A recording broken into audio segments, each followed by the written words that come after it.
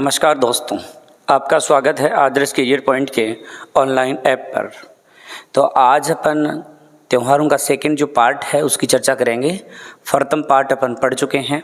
अब देखिए, सबसे पहले इसमें 18 नंबर का पॉइंट है अपना दशहरा। देखिएगा, दशहरा सबसे पहले दशहरा आश्विन शुक्ल दशमी को मनाया जाता है। देखो, 2-3 त्यौहार होते हैं जो हिंदुओं के बहुत बड़े त्यौहार होते हैं, होली, दीपावली, दशहरा। तो कम से कम मैं समझता हूँ कि 3 त्यौहार तो अपन को याद होने ही चाहिए। तो आश्विन शुक्ल दशमी को ये त्यौहार मनाते हैं और प्रसिद्ध मेला अपने कोटा में भरता है। इसका प्रसिद्ध मेला कोटा में भरता है। अगर हम पूरे भारत की बात करें तो मैसूर कर्नाटक में भरता है। भारत में कहाँ भरता है? तो मैसूर में भरता है। और मैसूर कहाँ है? कर्नाटक में। ये पूरे इंडिया का सबसे बड़ा दशहरा मेला है।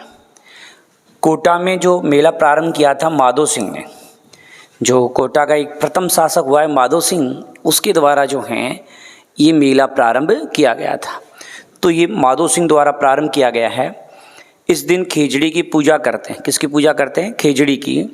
और लीलटास पक्षी के दर्शन करना शुभ मानते हैं। आप खिचड़ी की तो पूजा कर लो, लीलटास पक्षी के दर्शन कर लो। ये समझ लो, अगर लीलटास पक्षी के आपने दर्शन कर लिए तो आपकी छोटी मोटी एग्जाम में तो देखते क्लियर हो जाएगी। इतना तगड़ा शुभ होता है इसका। लीलटास पक्षी जानते हो, आकाश में दिखा होगा, एक नीला पक्षी होता है, देखा होगा कई बार। एक जगह से उड़ता रहता है, ऐसा लगता है उसके पंख फैल हो गए, लेकिन ऐसा नहीं है ना। वो क्या करता है, जैसे ही नीचे उसको शिकार नजर आता है अपने पंखों को बंद करता है और तेज गति से नीचे आता है और शिकार को पकड़ लेता है।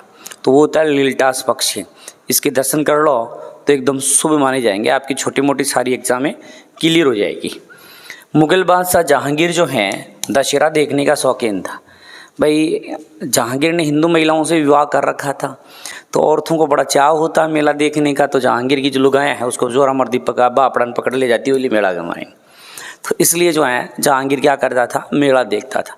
वैसे भी ये 20 पैक लेता था, तो पैक लिया बाद में कहीं दिखा दो, सब कुछ देख दो।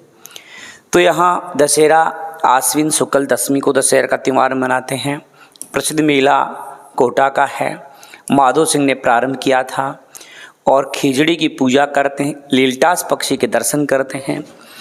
और मुगल बादशाह जो हैं मुगल बादशाह जहांगीर दशहरा देखने का शौकीन था। भारत का बता ही दिया, सबसे बड़ा जो है मैसूर में है।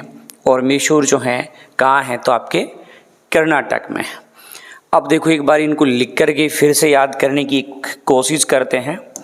मेन क्लास का उद्देश्य यही होता है कि आप जितना पढ़ो उतना क्या होना चाहिए? याद। अगर आपने जितना पढ़ा उतना याद है तो आपकी तैयारी बहुत अच्छी है। तो देखो, हम बात कर रहे हैं दशहरा। अब दशहरा जो है सबसे पहली बात कि ये कब आता है? तो ये आश्विन शुक्ल दशमी को मना रहे हैं। शुक्ल दशमी को दशहरा मनाते हैं। फिर देखिएगा, दशहरा का मेला कहाँ भरता है? तो कहाँ भरता है? कोटा में। फिर प्रश्न आप देखो, एक बार आप PDF देख चुके हो, इसलिए मन में उसका दोहरान करना है। तो जैसे आप बोलोगे, जैसे आपने देखा था कि शुरू किया किसने किया था, तो माधो सिंह आपके दिमाग में आना चाहिए। तो माधो सिंह ने शुरू किया। फिर आपने किसकी पूजा की इस दिन? तो दिमाग में आना चाहिए किसकी की थी? कबूतर की थोड़ी की थी, किसकी की थी? खेजड़ी की थी, तो इसलिए खेजड़ी आएगा। फिर दर्शन किसके किए थे? तो दर्शन दिमाग में आना चाहिए। कौन सा पक्षी? लीलटास पक्षी। इस पक्षी के दर्शन शुभ मानते हैं। कौन सा मुगल बादशाह था जो मेला देखने का शौकीन था? तो मुगल बादशाह जो था आपका, वो कौन सा था? बताइए कौन सा था? जहांगीर, जिसका वास्तविक नाम सलीम होता है। तो ये मेला देखने का बड़ा शौकीन था। अच्छा, एक लाइन हमने नोट करके बताई थी कि भारत में जो सबसे बड़ा दशहरा का मेला है वो कहाँ भरता है? तो भारत में सबसे बड़ा दशहरा का मेला भरता है मैसूर में। और मैसूर जो स्थान है वो आपकी कर्नाटक राज्य में। तो यहाँ भारत में सबसे बड़ा मेला भरता है। चलो एक बार फिर से रिवीजन कीजिएगा इसका। आपने देखा दशहरा का मेला कब भरता है? आश्विन शुक्ल दशमी। कहाँ भरता है? कोटा में। किसने शुरू किया? माधो सिंह ने। किसकी पूजा? खेजड़ी की। दर्शन किसके? लीलटास पक्षी के। मुगल बादशाह कौन था जो मेला देखता था? जहांगीर। और भारत में कहाँ का प्रसिद्ध है? मैसूर, कर्नाटक। अगर इतनी सी बातें आपके दिमाग में है तो आसानी से दोबारा बताइएगा, दोहराइएगा साथ साथ। कब भरता है मेला? आश्विन शुक्ल दशमी। कहाँ भरता है? कोटा में। किसने शुरू किया? तो माधो सिंह ने। पूजा किसकी? खेजड़ी की। दर्शन किसके? लीलटास के। कौन सा मुगल बादशाह देखता था मेला? जहांगीर। और भारत में कहाँ का प्रसिद्ध है? तो मैसूर, कर्नाटक का। ये लो जी, मैं समझता हूँ कि आपको ये चीज़ याद हो गया होगा। अब देखिए, अब आप एक शॉर्टकट तरीका सुन लीजिएगा जिससे आपको ये चीज़ लंबे समय तक याद रहेगी। जितनी भी शादियाँ होती है, सुनिए हमने क्या बोला, जितनी भी शादियाँ होती है वो शुक्ल पक्ष में होती है। सभी शादियाँ किस पक्ष में होती है? शुक्ल पक्ष में होती है। तो अब आप चाहे फुलेरा दूज आए, चाहे रामनवमी आए, चाहे आखा तीज आए, चाहे आपका पिपल पूर्णिमा आ जाए, चाहे देवउठनी आ जाए, देवशयनी आ जाए, बढ़लिया नवमी आ जाए, बसंत पंचमी आ जाए, ये सभी जो त्यौहार हैं वो शुक्ल पक्ष में आते हैं। शादी जैसा अच्छा काम शुक्ल पक्ष में होगा, न कि कृष्ण पक्ष में। अरे काले काले काम थोड़ी है शादी का, इतना अच्छा काम है तो उस पक्ष कौन सा होना चाहिए? शुक्ल पक्ष होना चाहिए। अब देखिए कितना आसान काम हो गया। हमने त्योहारों में एक लाइन पहले ही बोल रखी है आपको कि आप त्यौहार में हमेशा किधर से पकड़ोगे? पीछे की तरफ से पकड़ो। दूज, तो ये लो जी, दूज हो गया, द्वितीया। अब क्या फुलेरा दूज को शादियाँ होती है?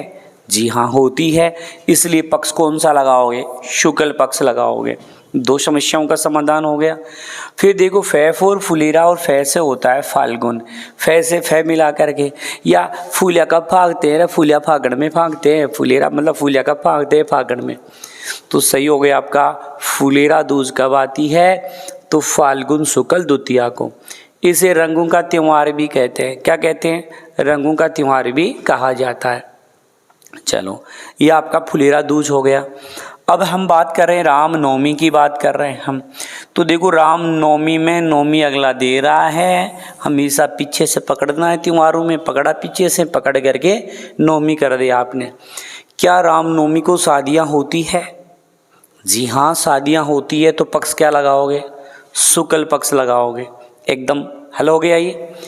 अब जब राम चेतेगा तो चौक जरूर बैठेगा। अरे कोई में राम जी बड़सी जने तो पूछी, 2 दांत हो, 5 दांत हो छोरो। तो राम जी चेतेगा तो ही चौक बैठेगा। चेत का मतलब राम जी चेत गया, मतलब शादी हो गई, चेत गया। तो मतलब राम नवमी आते हैं, बोला राम जी चेत को भाई, तो चेत में। एकदम ईजी था, कोई हार्ड नहीं था। नवमी का नवमी किया, शादियाँ होती है शुक्ल पक्ष किया, राम चेतेगा तो चौक जरूर बैठेगा। तो चेत का मतलब चैत्र माह हो गया। इसके एक दिन पहले, पिछली बार सीईटी में आया था ये प्रश्न, सीईटी एग्जाम में आ चुका है क्वेश्चन, अशोकाष्टमी वाला। रामनवमी के एक दिन पहले अशोकाष्टमी होती है। क्या? रामनवमी की एक दिन पहले अशोकाष्टमी होती है। ये ऐसे याद कर लो, अशोकाष्टमी, अष्टमी का तो अष्टमी आ गया। अब अशोक बहुत सुंदर है, ऐसे सोच लो, सुंदर के लिए शुक्ल पक्ष, और अशोक को क्या हो गया? चेत हो गया, इसलिए तैयारी कर रहा है वो। तो इसलिए कौन सा महीना हो गया? चैत्र माह हो गया। चलो, हमने ये 3 त्यौहार बताए अभी आपको। फिर देखिएगा, एक है आपकी आखा तीज। आखा तीज को कहते हैं, अक्षय तृतीया भी कहते हैं। आखा तीज को अपन क्या कहते हैं? अक्षय तृतीया भी कहते हैं। आखा तीज को अक्षय तृतीया कहते हैं। अब तृतीया का मतलब तृतीया दे रखा है। क्या आखा तीज को या अक्षय तृतीया को शादियाँ होती है? जी हाँ होती है। तो पक्ष क्या लगाओगे? शुक्ल पक्ष लगाओगे। फिर आखा तीज कौन से महीने? बैसाख में। देखो, अपन सीधी सी भाषा में आखा किसको बोलते हैं? आखा अनाज को, जैसे गेहूं को अपन आखा बोल देते हैं। वास्तव में गेहूं क्या है? एक साग है। क्या है? साग। साग यहाँ से याद करो, साग शब्द से। क्या है, साग। साग कौन सी, वे साग। जैसे मानो आपके कोई घर पर धार्मिक काम था तो पंडित आता है, वो ये थोड़ी पूछता है गेहूँ ले रहा गेहूँ कड़ी से, वो ये पूछता है आखा कड़ी से। तो आप कहोगे वेरिया आखा और वेरिया पीपल का पत्ता। वे का मतलब वैसाख में आएगा आपका पीपल पूर्णिमा भी। तो वे का मतलब वैशाख शुक्ल तृतीया को। इस दिन राजस्थान में सर्वाधिक बाल विवाह होते हैं। बूढ़े डाकिया को तो बैठे जो जुगाड़ बैठ जाए इस दिन बालिकाओं को भी ज़्यादा ब्याह हुआ करे, सबसे ज़्यादा बाल विवाह इसी दिन होता है। इस दिन सबसे ज़्यादा विवाह क्यों होते हैं, क्योंकि सतयुग और त्रेता युग का प्रारंभ मानते हैं। इस दिन से सतयुग और त्रेता युग का प्रारंभ हुआ था। इस दिन दिया हुआ दान सबसे उत्तम दान मानते हैं। इस दिन जो दान देते हैं वो सबसे क्या होता है, उत्तम दान होता है।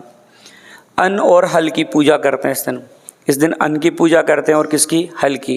तो किसान क्या करता है, 7 अनाज की पूजा करता है और हल की पूजा करता है। इस दिन बीकानेर नगर की स्थापना हुई थी अपने। परशुराम जी का जन्म इसी दिन होता है। परशुराम जी का जन्म भी आखा तीज के दिन है। इस दिन गुड़ की गलवाणी और मंगोड़ी की सब्जी बनाते हैं। गलवाणा होता है मीठी राबड़ी, तो गुड़ का गलवाणियाँ बनाते हैं और मंगोड़ी भी इस दिन बनाई जाती है। आजकल इस प्रकार के प्रश्न भी खूब आने लग गए हैं। तो ये आपका आखा तीज है। आपने देखा आखा तीज को अपन क्या कह रहे हैं, अक्षय तृतीया कह रहे हैं। कब आता है, वैशाख शुक्ल तृतीया को। इस दिन राजस्थान में क्या होते हैं, सर्वाधिक बाल विवाह होते हैं। सतयुग और त्रेता युग का प्रारंभ हो रहा है। इस दिन दिया हुआ दान सबसे उत्तम दान है। इस दिन हल और अन्न की पूजा करता है हमारे किसान भाई। इस दिन बीकानेर नगर की स्थापना हुई। इस दिन परशुराम जी का जन्म हुआ। इस दिन गुड़ का गलवाणा और मंगोड़ी की सब्जी बनाते हैं। चलो अब जो हैं आपको पीपल पूर्णिमा भी बता देते हैं। हमेशा लास्ट वाला शब्द पकड़ के लास्ट वाला ही तो बनाना है भाई। पूर्णिमा दे दिया, शुक्ल लगाने की ज़रूरत ही नहीं है साहब। पूर्णिमा पूरा चांद चमक रहा है तो शुक्ल पक्ष तो होगा ही होगा। तो पूर्णिमा इसमें शुक्ल लगाओ चाहे मत लगाओ, कोई प्रभाव नहीं पड़ता। अब आपसे पूछा, अभी मैंने कहा था आखा पूछा, तब आपने कहा था वेरिया, तो वे से वैशाख। या आखा एक साग थी तो पीपल भी एक साग ही, तो एक फसल टाइप की तो चीज़ है, इसलिए महीना कौन सा याद रखोगे, वैशाख ध्यान में रखिएगा। इस दिन बुद्ध पूर्णिमा होती है। पीपल पूर्णिमा के दिन ही क्या होती है, अपनी बुद्ध पूर्णिमा होती है। और पहला परमाणु परीक्षण 18 मई 1976 को किया गया। पहला परमाणु परीक्षण है वो किस दिन किया गया था, तो इसी दिन किया गया था, पीपल पूर्णिमा के दिन ही 18 मई 1976 को अपने पोखरण जैसलमेर में किया गया। चलो तो एक बार अपन ने जो पढ़ लिया उनकी चर्चा लिख के करते हैं अपन। देखो अभी हमने कहा, एक नोट करके फॉर्मूला लिख देता हूँ ताकि आपको ये बात याद रहे हमेशा। और वो ये है, शादी वाला त्यौहार शुक्ल पक्ष में आता है। शादी वाला त्यौहार शुक्ल पक्ष में आता है। शुक्ल पक्ष में आता है। अब इससे क्या रहेगा, आपको ये देखते ही पता लगा लोगे कि अच्छा शादी वाला त्यौहार है, तो शुक्ल पक्ष तो आप देखते हल कर लोगे। अब इसमें शादी वाले में अपन देखो कौन कौन से त्यौहार अभी पड़े हैं उनकी चर्चा करते हैं। तो सबसे पहले आपने बात की फुलेरा दूज की। अब तरीका मैंने जो बताया है ना वो ही दिमाग में रखिएगा। सबसे पहले लास्ट वाले शब्द को पकड़ के दोज लिख दो। ये लो जी दोज लिख दिया। फिर क्या फुलेरा दूज को शादियाँ होती है क्या, इस दिन डूने चाटे आपने? अगर डूने चाटे हैं तो बताओ। अच्छा चाट रखे हैं तो क्या आएगा, शुक्ल पक्ष हो गया। पक्ष कौन सा आएगा, शादियाँ शुक्ल पक्ष में, तो शुक्ल पक्ष हो गया आपका। फिर फे फोर फुलेरा और फे से क्या हो गया जी, फाल्गुन, तो ये हो गया फाल्गुन शुक्ल द्वितीया। क्या हो गया, फाल्गुन शुक्ल द्वितीया। बताओ एकदम इजी बात है, कोई हार्ड बात नहीं है। तो फाल्गुन शुक्ल द्वितीया को क्या मनाते हैं, फुलेरा दूज। और इसे रंगों वाला त्यौहार भी कहते हैं। क्या कहते हैं, रंगों वाला त्यौहार कहते हैं। त्यौहार कहते हैं, इस दिन रंग बहुत होते हैं इसलिए रंगों वाला त्यौहार हो गया। चलो उसके बाद देखिएगा आप, हम बात करते हैं राम नवमी की। राम नवमी कोई हार्ड नहीं है मेरे दोस्त भाइयों, सुनो। अब मैंने बोला है त्यौहार किधर से पकड़ोगे, पीछे से पकड़ लो। नवमी का नवमी बन गया। क्या रामनवमी को शादियाँ होती है? जी हाँ होती है। इसलिए क्या कर लोगे, शुक्ल पक्ष कर लोगे। ये लो जी शुक्ल हो गया। अरे जिस दिन राम चेतेगा उसी दिन चौक बैठेगा, तो ये हो गया चैत्र शुक्ल नवमी को हम रामनवमी का त्यौहार मनाते हैं। कोई हार्ड नहीं था, एकदम देखते ही पता चल जाता है। अब रामनवमी के एक दिन पहले क्या होती है, अशोका अष्टमी होती है। क्या होती है, अशोका अष्टमी। एक दिन पहले का मतलब हो गया चैत्र शुक्ल अष्टमी। या कैसे याद रखोगे, अष्टमी अगला दे रहा है, शादियों का सीजन है, या अशोक सोच लो आप तो अशोक गोरा है, गोरा के लिए हमेशा मैं क्या काम में लूँगा, शुक्ल। और सोच लो अशोक को क्या हो गया, चैत, तो इसलिए हो गया चैत्र शुक्ल अष्टमी। अगला त्यौहार है अपना आखा तीज। आखा तीज सबसे पहले अन्य नाम, तो इसी को कहते हैं अक्षय तृतीया। अब आखा तीज या तृतीया, तो सबसे पहले तीज का तो तीज कर लो आप, यहाँ लिख देता हूँ तीज का तीज। क्या शादियाँ होती है? जी हाँ, तो शुक्ल पक्ष हो गया। और आखा वीर या आखा, वे का मतलब वैशाख, या आखा एक क्या है, साख है, तो वैशाख शुक्ल तृतीया को आखा तीज का त्यौहार मनाते हैं। सर्वाधिक बाल विवाह होते इस दिन। सर्वाधिक बाल विवाह जो होता है वो आखा तीज के दिन ही सबसे ज़्यादा बाल विवाह होता है। इस दिन से कौन से युग की शुरुआत मानते हैं, तो सतयुग व त्रेता युग जो हैं उसकी शुरुआत इसी दिन, इसलिए तो कन्यादान उत्तम मानते हैं। इस दिन किसान भाई क्या करता है, अपने साथ अन्न व हल की पूजा, वह हल की पूजा करता है। बेचारा उसी करेगा, कोई बंदूक थोड़ी पूजेगा किसान। इस दिन एक नगर की बात की तो नगर बीकानेर नगर की स्थापना की गई। इस दिन किसी की जयंती मनाई आपने, तो जयंती मनाई ना आपने, परशुराम जी की जयंती मनाई। इस दिन कुछ बनाया ना आपने, क्या बनाया आपने, तो गलवानिया व मंगोड़ी की सब्जी। गलवानिया क्या होता है, मीठी राबड़ी। कई तो गांव में इसको लपटिया कहते हैं, लपटिया। तो एक ही बात है, चाहे लपटिया बोलो चाहे गलवानिया बोलो। तो ये अपन ने आखा तीज की बात की है। अब बात कर लेते अपन पीपल पूर्णिमा। तो पीपल पूर्णिमा, अब पूर्णिमा है तो लास्ट वाला शब्द तो जूं का त्यों लिखना है, पूर्णिमा का पूर्णिमा। अगर पीपला हो गया, क्या पीपल है भाई, क्या है ये, पीपल। तो पीपल एक क्या है, शाक है। शाक का मतलब वैशाख, तो ये हो गया वैशाख शुक्ल पूर्णिमा या वैशाख पूर्णिमा बोल दो, एक ही बात है। इस दिन जो है बुद्ध पूर्णिमा होती है। क्या होती है, बुद्ध पूर्णिमा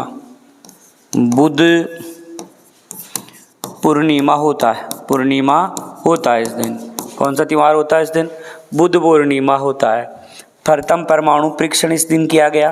प्रथम परमाणु परीक्षण जो था अपना परीक्षण, वो इसी दिन किया गया था 18 मई 1976 को पोखरण जैसलमेर में ये परमाणु परीक्षण किया गया था, जो आखा तीज के पीपल पूर्णिमा के दिन किया गया था। तो यहाँ अभी आपने जो त्यौहार देखे, अभी आगे और देखेंगे। ये वो त्यौहार हैं जो कब प्रारंभ होते हैं, मतलब किस दिन समय होते हैं, शादी वाले समय के त्यौहार हैं जो कि शुक्ल पक्ष से होते हैं। एक हमने शॉर्टकट तरीका बताया कि शादी वाले त्यौहार शुक्ल पक्ष में आते हैं, फिर फुलेरा दूज अपन ने देखा तो फाल्गुन शुक्ल द्वितीया को आया। फिर अपन उसको रंगों वाला त्यौहार कह रहे थे। रामनवमी आया, चैत्र शुक्ल नवमी को आया। एक दिन पहले अशोकाष्टमी आई, चैत्र शुक्ल अष्टमी हो गया। फिर आपने आखा तीज देखा, अक्षय तृतीया जिसको अपन कह रहे हैं। फिर वैशाख शुक्ल तृतीया को अपन मना रहे हैं। सर्वाधिक बाल विवाह होते हैं। सतयुग त्रेता युग का प्रारंभ होता है। किसान सातन और हल की पूजा करता है। बीकानेर नगर की स्थापना होती है इस दिन। परशुराम जी की जयंती मनाते हैं और मंगोड़ी की सब्जी और गलवानियाँ बनाते हैं जो गुड़ से बनाया जाता है। पीपल पूर्णिमा वैशाख पूर्णिमा को मनाते हैं। इस दिन बुद्ध पूर्णिमा होती है। भगवान बुद्ध का जन्म, निर्वाण और मोक्ष प्राप्ति इसी दिन हुई थी। और राजस्थान में नहीं बल्कि भारत का पहला जो परमाणु परीक्षण था वो इसी दिन किया गया था। अभी शादी वाले त्यौहार पूरे नहीं हुए हैं, आगे देखिए शादी वाला त्यौहार। तो अब है देव, अच्छा इससे पहले बड़ल्या नवमी देखो। बड़ल्या नवमी अभी हमने कहा था कि सबसे पहले किधर से पकड़ना है, तो एक तरीका सीख जाओ, पीछे से पकड़ा आपने नवमी पकड़ के नवमी लिख दिया, दिक्कत नहीं है। क्या बड़ल्या नवमी को शादियाँ होती है? जी हाँ होती है। तो पक्ष क्या लगाओगे? शुक्ल। तो ये शुक्ल पक्ष हो गया। अब ऐसे सोच लो कि बड़ल्या नवमी की शादी किसकी है? आशा की है। किसकी है? आशा की। या ऐसे सोच लो आशा की शादी का बड़बड़ाहट लग रहा है। किसके लग रहा है? आशा के। तो आशा से क्या हो गया? आषाढ़ हो गया। कहीं कौन हुए कि गेले कौन चल जा, माँ बाप खेरे बेटा है चौके लखन चुका छोरा से बातें करे तू रही ओ तो ब्याह कर दे तो है। तो इक लाग रही है बड़बड़ाहट, कौन के लाग रही है? आशा के। तो आशा से क्या हो गया? आषाढ़ हो गया। एकदम ईजी, कोई हार्ड शब्द हमने बोला ही नहीं है, एकदम ईजी शब्द बोला है। क्या बोला? नवमी दे रखा है, नवमी लिख ली। बड़ल्या नवमी को शादियाँ होती है, तो ये लो जी हमने शुक्ल पक्ष लगा दिया। अब बड़ल्या नवमी का ब्याह कौन का है भैया? आशा को है। आशा सु आषाढ़ है, तो आषाढ़ शुक्ल नवमी को है। चलो अब है देवशयनी एकादशी है। देवशयनी, अब देवता सो जाएला देखो। तो देवशयनी एकादशी क्या है? एकादशी सु एकादशी, लास्ट वाला शब्द दे करके लास्ट वाला तुरंत पकड़ के लगा दो। तो एकादशी से एकादशी, तो इस शादियों का सीजन है, तो पक्ष क्या लगाओगे जी? शुक्ल लगाओगे। अब देवता को नींद आ गई, देवता को नींद आ गई क्योंकि क्या हो गई? शादी हो गई। मानो कोई आशा है, उसकी शादी किसी देवता से हो गई, तो बस देवशयनी देवता से होगा। कौन के साथ होगा? आशा के साथ। तो उससे याद रखो आषाढ़ शुक्ल एकादशी। इस दिन सभी मांगलिक कार्य बंद हो जाते हैं। ऐसा कहते हैं कि विष्णु भगवान 4 महीने के लिए सो जाते हैं। इसके बाद में ना शादियाँ होती है, ना नए मकान का गृह प्रवेश होता है, ना मकान का मुहूर्त होता है। सब कुछ क्या हो जाता है? बंद हो जाते हैं। अब 4 महीने जो है ना, इस प्रकार की शादी और गृह प्रवेश जैसे प्रोग्राम नहीं होते, क्योंकि ऐसी मान्यता है कि विष्णु भगवान 4 महीने के लिए विश्राम करते हैं, सो जाते हैं। तो यहाँ पर ये सो गए हैं विष्णु भगवान जी, है ना, मांगलिक कार्य बंद हो गए हैं। अब आप कई सोच रहे होंगे कि होगा नवमी को और ऐसे कई शादियाँ होती है। अरे तो उसका कारण पड़ोसी होता है। पड़ोसी क्या करता है कि आजकल शादियाँ, बताइए कौन सा पड़ोसी है जो ये चाहता है कि आपके घर डीजे बजे बारात निकले? तो वो पूरा ध्यान रखता है, अच्छा आज गाड़ी आई है, 2 आदमी आए, इसका मतलब ज़रूर कोई ना कोई सगाई वाला है। तो वो काटने का ध्यान ज़्यादा रखते हैं। इसलिए लोग क्या करते हैं, भाई देवता सो रहे हैं और सोने दो। देवता सोने के बाद में भी आजकल शादियाँ हो जाती है। तो देवता उठेंगे तब बता देंगे भाई हमने ये काम कर लिया था, है 4 महीने कौन इंतज़ार करे, ये बात है। अगला है देव उठनी एकादशी। इस देव उठनी एकादशी को ही कहते हैं प्रबोधनी एकादशी भी कहते हैं। देव उठनी एकादशी आती है कार्तिक शुक्ल एकादशी। देखो देव उठनी एकादशी था नाम, दोबारा देखो आप ऊपर वाले पेज में चला गया, ये लो आ गया देखो। तो देव उठनी को ही प्रबोधनी एकादशी कहते हैं। तो एकादशी से तो एकादशी हो गया। मैंने आपको यही कह रखा है कि त्योहारों में पीछे से पकड़ो, बस देखिए ने पकड़ लिया, पीछे से पकड़ के एकादशी कर दिया। क्या देव उठनी को शादियाँ होती है? जी हाँ होती है। तो क्या लगाओगे? शुक्ल पक्ष लगाओगे। अब मानो किसी का मानो बड़ल्या नवमी को या देवशयनी एकादशी को है ना सगाई हो गई। अब 4 महीने देवताओं का इंतजार कर रहे हैं कि देवता उठेंगे, देवता उठेंगे, अपनी शादी होगी, देवता उठ नहीं रहे हैं, है ना। तो कई बार क्या होता है, सावन भादवा ऐसे डबल आ जाते हैं तो देवता उठने में भी टाइम लगा देते हैं। तो यहाँ क्या है कि देवता उठने में टाइम लगा दिया, तो एक आदमी इंतज़ार करता रहा, देवता के दी छाती में, देव तो उठो काती में। अरे देव उठनी, क्यों उठो? देवता के दी छाती में, देव तो उठो काती में। तो कार्तिक शुक्ल एकादशी को जो है कौन सा त्यौहार मनाते हैं? देव उठनी का त्यौहार मनाते हैं। इस दिन सभी मांगलिक कार्य क्या हो जाते हैं? प्रारंभ हो जाते हैं। जो देवता विष्णु भगवान के सोने से बंद हुए थे वो सारे प्रोग्राम फिर से क्या हो गए? प्रारंभ हो गए। चलो एक बार लिख के याद कर लेते हैं इनको। तो अभी अपन ने देखा, एक तो भड़ल्या नवमी। अभी हमने जो तरीका बताया है वो काम में लीजिएगा। तो आप नौमी से देख करके नौमी लिखना सीख गए। लास्ट वाला तो ये देखते पहचान लेना। अब शादी होती है बढ़िया नौमी को, जी हाँ, तो ये लो जी, शुक्ल लगा लिया आपने। अब बढ़िया नौमी का ब्याह किसका है? आशा का है, तो आशा लगा करके डे लगा दो, क्या हो गया? आषाढ़ है। बढ़िया नौमी जो है वो आता है आषाढ़ शुक्ल नौमी को। अब देव सयानी एकादशी।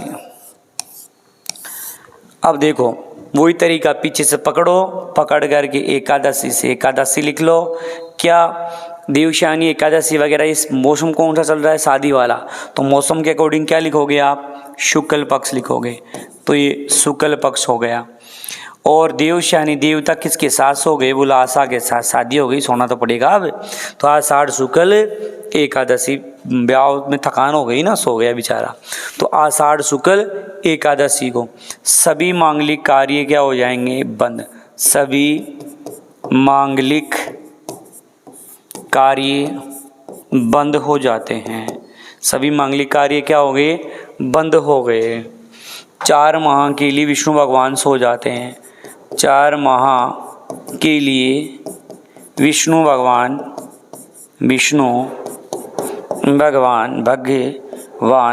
सो जाते हैं। सोने के बाद में सभी मांगलिक कार्य जो हैं वो क्या हो गए? बंद हो गए। तो ये देव शयनी एकादशी हो गई। चलो उसके बाद हम चर्चा करते हैं देव उठनी एकादशी।